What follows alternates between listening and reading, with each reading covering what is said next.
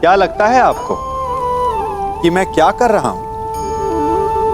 मैं इस जल में अपना प्रतिबिंब देखने का प्रयास कर रहा हूं।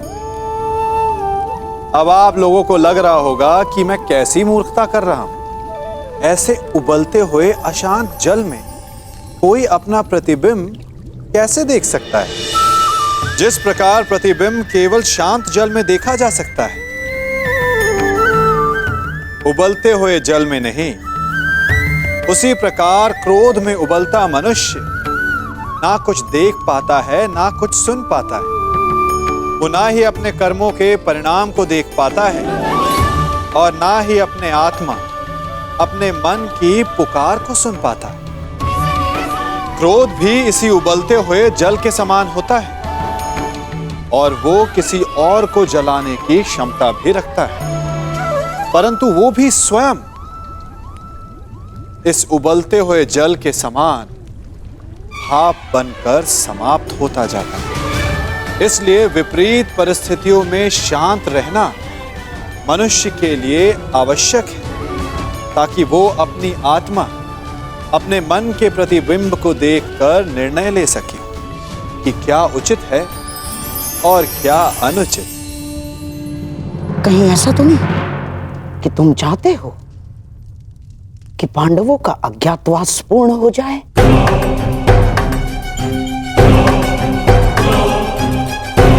हैं? आपको कोई बात समझ में आती भी है या नहीं?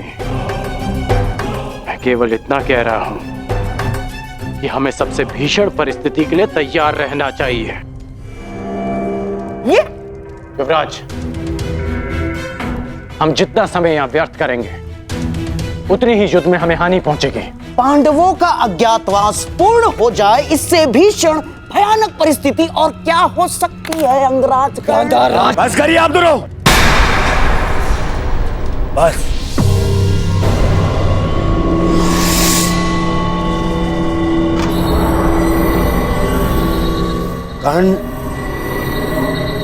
कर्ण ठीक कह रहा है। क्या? मामाश्री,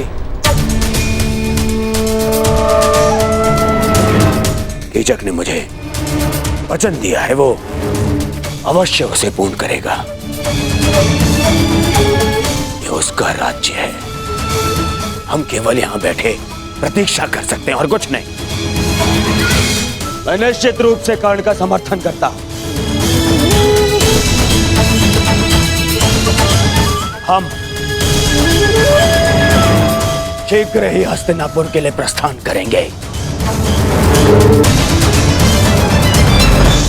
और सैन्य अभ्यास आरंभ करेंगे।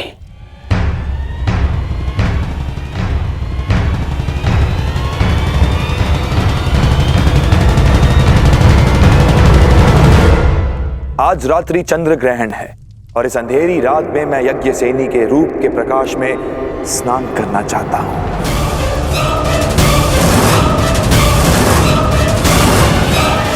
बस एक रात्रि पांचाली के साथ और तुम्हारा मंतव्य पूर्ण।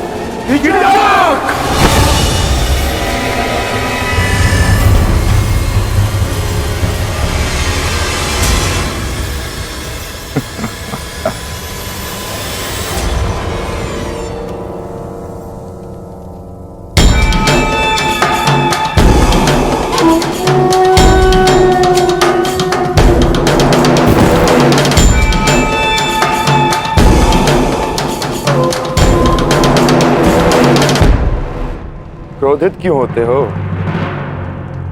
और वैसे भी पांचाली के पास अक्षत यौवन का वरदान प्राप्त है।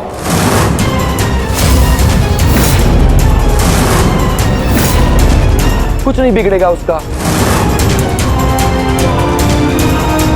बस मुझे केवल एक रात्रि का सुख दो पांचाली।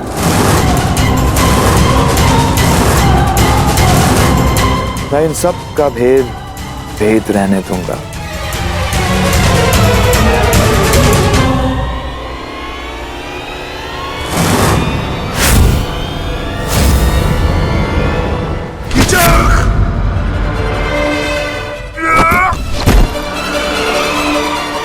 ये तुम्हारे जीवन का अंतिम शब्द है। दुर्योधन अधिक दूरी पर नहीं है युधिष्ठिर। अपने अनुज से कहो कि अपने हाथों को अपनी मर्यादा में रखे। नहीं तो अगर मेरी जीवा ने मर्यादा भंग की तो तुम लोगों का अज्ञातवास भंग हो जाएगा।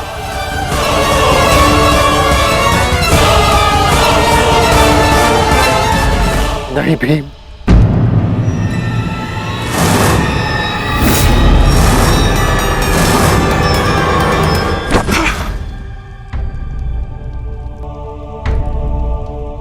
इस समय तुम्हारा ईश्वर मैं हूं युधिष्ठिर। तुमको जीवन देने या नष्ट करने की शक्ति केवल मेरे पास है। एक बात बता दूं पांचाली, मुझे प्रेम में विरोध आता है, परंतु प्रेसी की प्रतीक्षा मुझे रुष्ट कर देती है।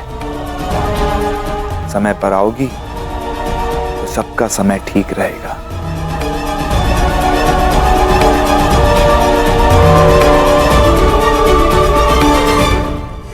आज्ञा।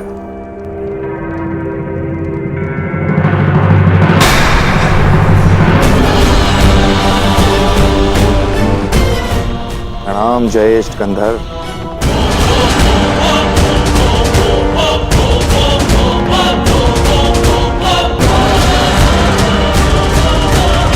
मैं उस कीचक का वध कर दूंगा। शांत अनुज, उसने हमारे मुख पर पांचाली को घृणित प्रस्ताव दिया है और आप कह रहे हैं कि मैं शांत हो जाऊं?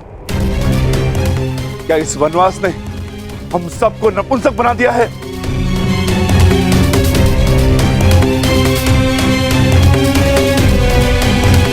तुम बोलो अर्जुन, क्या इस समय शांत रहने का है? हाँ,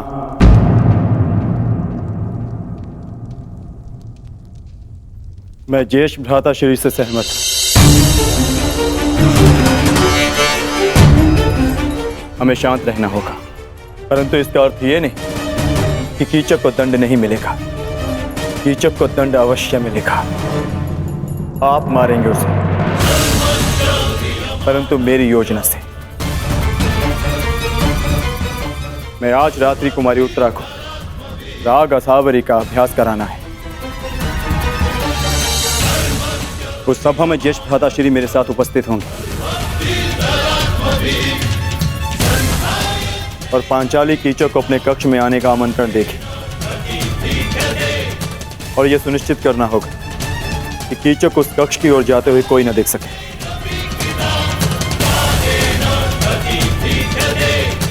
कीचक पांचाली के कक्ष में प्रवेश करेगा, परंतु उसे ज्ञात भी नहीं होगा कि वहां पांचाली नहीं, भ्राता भीम उसकी प्रतीक्षा कर रहे होंगे।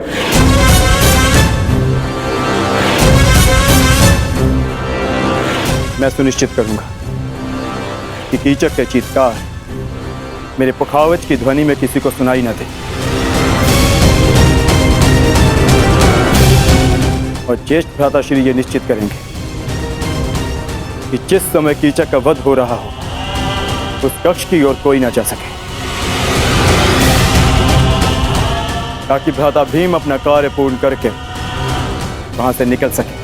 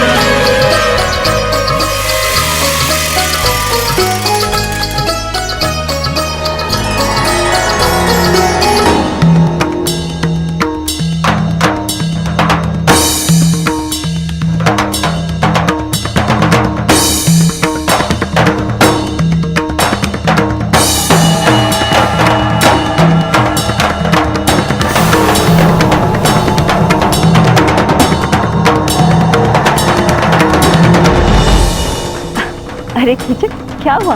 कहाँ खोए हुए हो? ये संगीत संध्या तुम्हारे मनोरंजन के लिए ही आयोजित की गई है। हाँ, उसी का तो आनंद ले रहा हूँ बहना।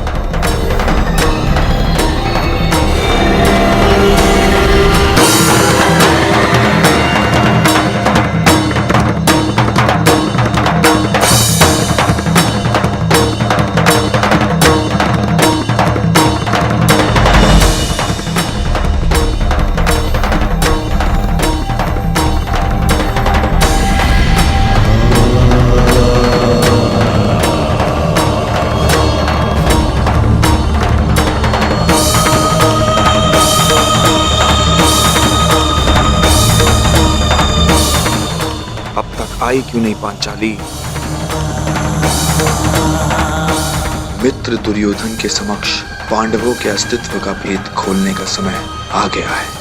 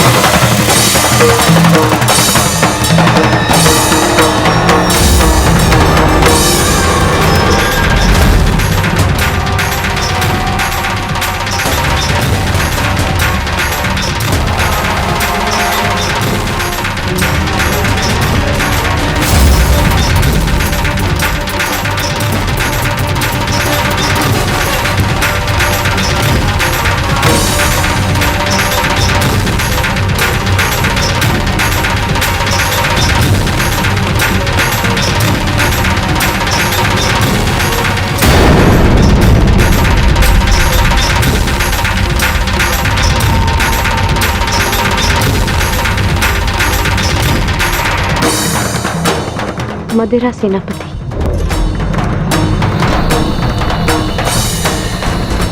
मुझे आपका प्रस्ताव स्वीकार है।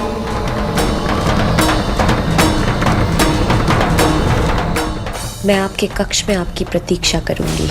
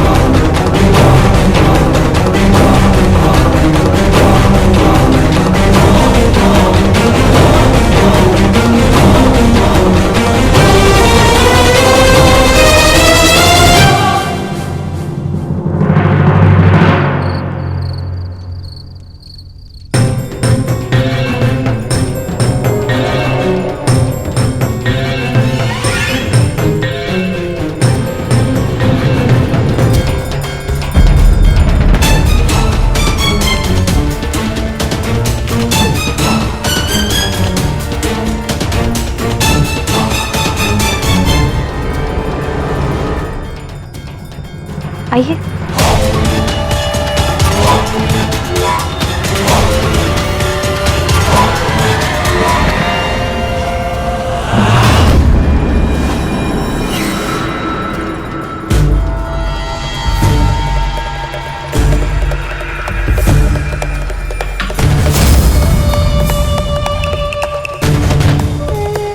क्या हुआ?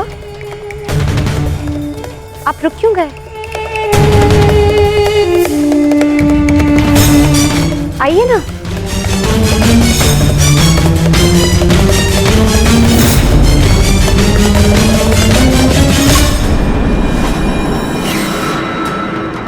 जिस सैरंध्री ने मेरे घूंघट उठाने पर इतना कड़ा प्रतिरोध किया था, वो मेरे साथ रात्रिवास के लिए इतना शीघ्र कैसे मान गई?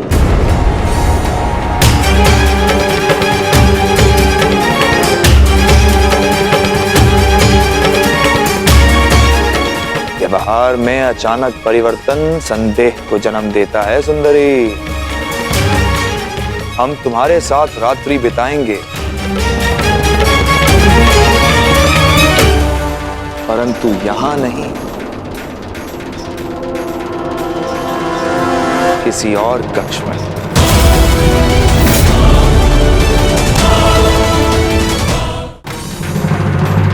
अरे क्या हुआ? रात्रि ही तो बितानी है, किसी और कक्ष में क्या अंतर है? देखो, अस्वीकार करोगी तो मुझे और संदेह होगा, और ये संदेह तुम्हारे हित में नहीं।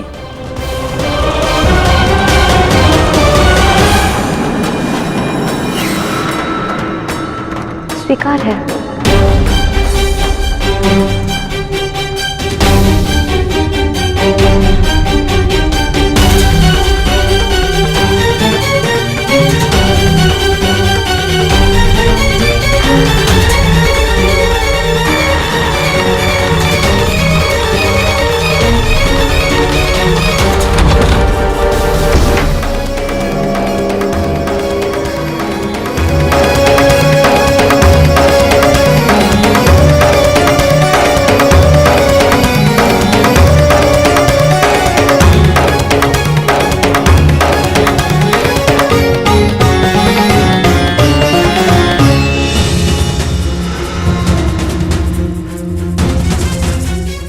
ये द्वार बाहर से कैसे बंद है?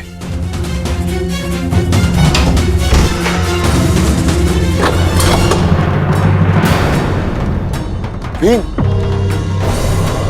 पांचाली कहाँ है? कीचक को कुछ संदेह हो गया है, वो पांचाली को लेकर कहीं और गया है। कहाँ ले जा सकता है वो पांचाली को? वहां जहां हमारे बीच कोई विघ्न न डाल सके, महाराज के कक्ष में। महाराज वहां संगीत का आनंद ले रहे हैं और यहां आने का साहस किसी में है नहीं, हमारे 5 पतियों में भी नहीं, क्योंकि मेरे सैनिक उन पर दृष्टि रखे हुए हैं। वो यहां आए, दुर्योधन तक सूचना पहुंच जाएगी।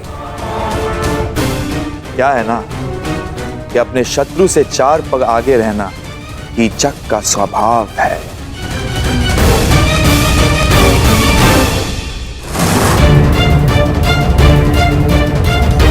ज्येष्ठ, ये रक्षक यहाँ क्यों? ये कीचक के निजी रक्षक है, परंतु ये महाराज के कक्ष के बाहर क्या कर रहे हैं? क्योंकि कीचक ये है ज्येष्ठ, मैं अभी रक्षक का वध करके कीचक को समाप्त कर दूंगा।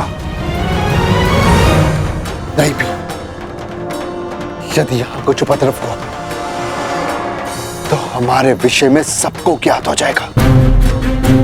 तो क्या करें? आज महाराज की शैया पर हमारे प्रेम की सेज सजेगी।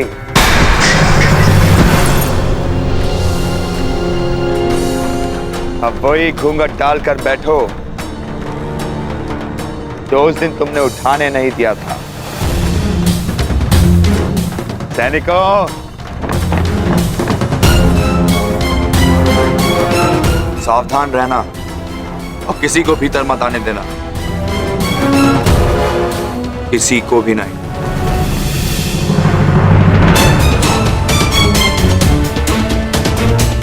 तुमने क्या सोचा पांचाली, मैं मूर्ख हूं कि तुम्हारी सुंदरता पर आसक्त होकर यह भूल जाऊं कि तुम कितनी चतुर भी हो।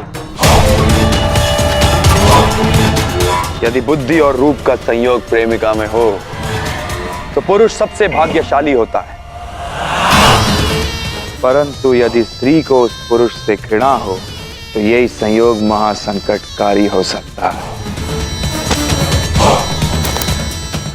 और तुम तो मुझसे कितनी घृणा करती हो ये मैं तुम्हारी आंखों में देख चुका हूं सुंदरी।